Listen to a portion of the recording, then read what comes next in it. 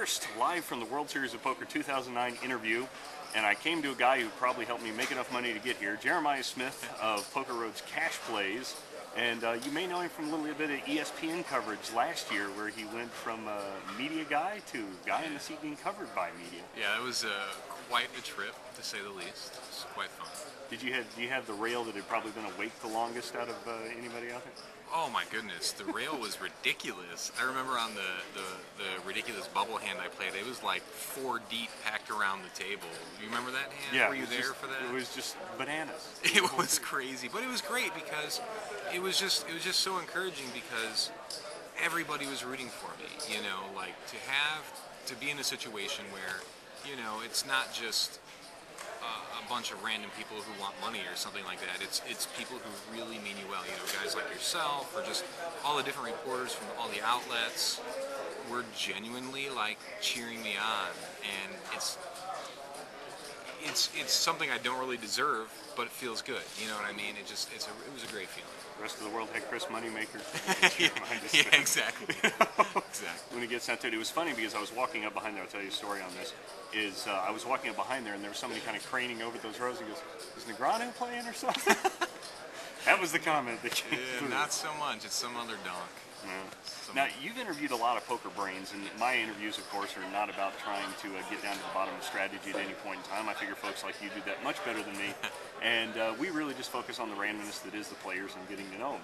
But so I'm gonna ask a little bit now. You've done several sessions for Cash Plays now. Yes. You've done plenty of interviews, but on Cash Plays, who's the most interesting mind that you have gotten a hold of so far? Well, it's it's an interesting thing. I really enjoyed the Andy Block Stud 8 discussion, mostly because it was the most technical thing you could ever imagine, and it's Stud 8, and you know, I think people tend to think of Stud 8 as a pretty straightforward, you know, you play your low cards and you go for the low, but Andy just really enlightened me to a lot of things, and we were able to break down several like hands street and when to raise like on the come and all this stuff, and it was crazy how smart that guy is. Well, first of all, when I show up at Andy's house, like he's sitting there and he's got his laptop open. He goes, "Check this out," and I open the door and I sit down, and Andy is writing a script for a security camera outside his door. So he's programming. He's programming his security camera. There's us, there's the people on the level above us, and then there's those guys on that level somewhere. So you know it was going to be a pretty intelligent episode. But also, you know, somebody who now I understand why the internet community loves him so much is Jimmy Freaky. Yeah. Like, he's really easygoing. He's really, you know, easy to get to know, and can really talk about everything in a way that's easy to understand and be very honest. He's very straightforward and not afraid to share anything. And I really enjoyed that interview. And it was the first time I'd really interacted anything more than, "Hey Jimmy, how's it going?" And that was cool. I can really understand he's just a nice, humble guy. You know, he had a big run, and you know, that tailed off a little bit, and now he's been doing really well in the cash games. Well, 3 guys that I wouldn't want to see at my table at any point are now doing the B-Team episodes on Poker Road. Oh, I'm really looking forward to listening to that on Poker Road. I love those guys. I think we need to get a Poker After Dark episode with the B-Team versus the A-Team. Yeah, except I don't think any of us could afford. Have 6 plays, however it works on it. I could afford a $25 one. I don't know about a $25,000 one. We can head over and get one of the electronic sit and go things going. It'll be level field for everybody. That'd be kind of fun. What is the strangest development you've seen in poker over the last 5 years that you never expect to see that's now normal? That's now normal. Oh man. Well, first of all, just that, you know, it's bizarre the amount of people who just play poker, like, for fun, like, that you wouldn't expect. Like, I know I played with a priest at a home game.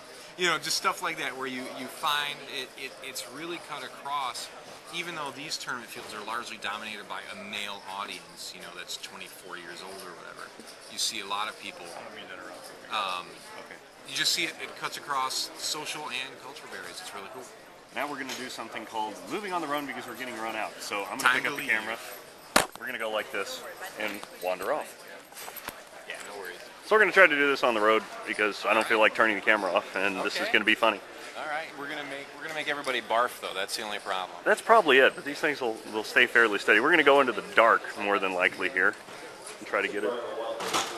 So I'm playing today, actually. I'm playing the $1,000 event.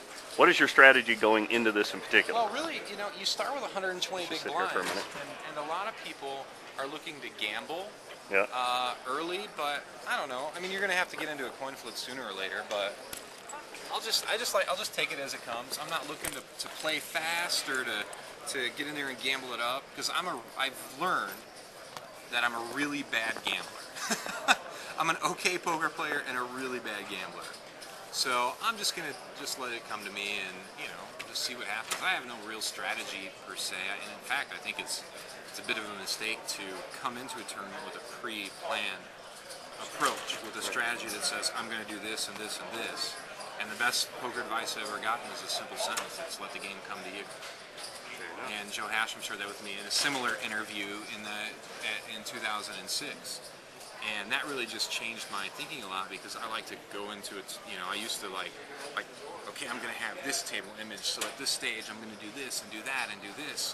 And in reality, I mean, most people don't even pay attention to you, until you show a hand or do something dumb or whatever. And so I just think that idea of, instead of forcing the action, you let the game come to you. And my history is, when I let the game come to me, I do well, and then I get this big stack, and I suddenly start doing things opposite of how I got the big stack, and I'll force the issue. I'll start getting into pots where I shouldn't be in at all. And so, we'll see. I'm just going to let it come to me, and if I happen to get lucky, you got to get lucky a lot in this kind of tournament. It's just the reality. And if I can get lucky and get some chips, just go from there. I'll be happy to make it to the first break. That's the first goal. Is just as you can tell, we're getting real close to actually the seating time. That's why our move was there, and hopefully my first on-the-run interview will work out and nobody's sick and is going home at this point. But the next part I'm going to ask is, you've been a poker media reporter, you've gone anywhere, you've stayed different places. What is the best place you've ever stayed during one of these trips, and what's the worst place you've ever stayed during one of these trips? The best place is hands down the Crown Hotel and Casino in Melbourne. Yeah. Amazing. Thankfully, at that time, I was employed by well, I wasn't employed. I was working on a project for Full Tilt Poker, and I was able to stay there on their dime, and it's 5.5 stars, man. The hotel's super nice. The service was amazing. The bed, giant plasma TV. I mean, hands down, without question. Plus, you're in Australia. And Australia is, I could live there. Like, all the places I've been, I could live in that place.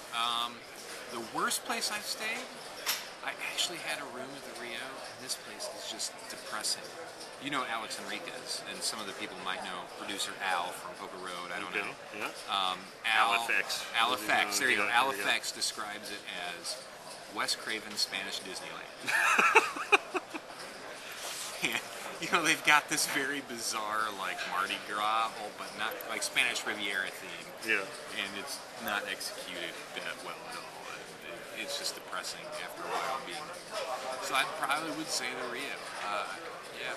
I think many people say that this hotel wasn't in particularly chosen because of its style, grace, or anything, but more of the square footage that was available because no one was here. Accurate statement. Hey, and we don't want to knock them. We'd all, probably love to play in Caesars, but we'd probably be negative EV for them. So keep them rocking. Moving on to the next bit that we've got through there. What was the first car you ever owned, and where is it now? I feel like, did you know this about me? No, I did not. Owned a 1973 Volkswagen 412. What is a 412? Is that a thing? Exactly. That's what it was. It was the ugliest car you ever seen. My dad bought it for me for $300 because he thought it was awesome. It was the most embarrassing looking car. We called it the Booger. It has like the rear end of a Bug, but like the front end of a Pinto or something. You have to Google it because it is the funniest. The 412.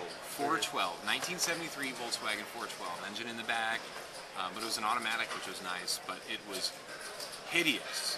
And actually, it was a rare piece of European automotive history. Exactly. What your dad thought. Yeah. Well, on the first day of school, I actually wrecked it.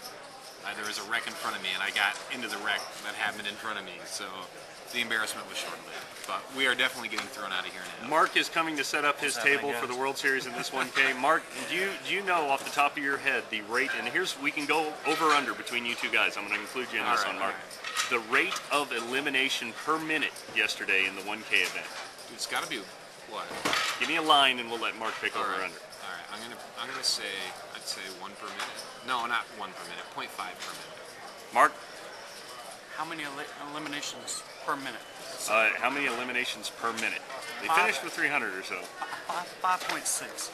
Actually, the number who got closest is 4.9 per minute. Per minute. Per minute. Man, I'm this bad tournament. at math, I guess. I didn't. How many people are left out of it? 300 and some odd. At the end of the day, out of 3,000. I didn't even know that. Welcome to the Wild West, sir. 1/10 of the field. Gone. Essentially. Wow. All right. Now here's the last bit. Tell me the 5 people on your World Series of Poker fantasy team. As we head out. Let's see here. Top 5. The top 5 are Daniel Negreanu, Eric Lindgren, because they just show up and they try to do well. Barry Greenstein. 2 more would be. I'm drawing a blank. Give me 2 that are going to be surprises. 2 surprises. I'm going to go with a friend, Thomas Fuller. Okay. I think he's going to be a surprise this year. And the 5th one, I'm going to say me. All right. How there we can I go. not say me? No, Jeremiah, thank you very much. If I get lucky, we'll see. It's all beautiful. Hey, you're playing. I'm not. Exactly. It's all good together.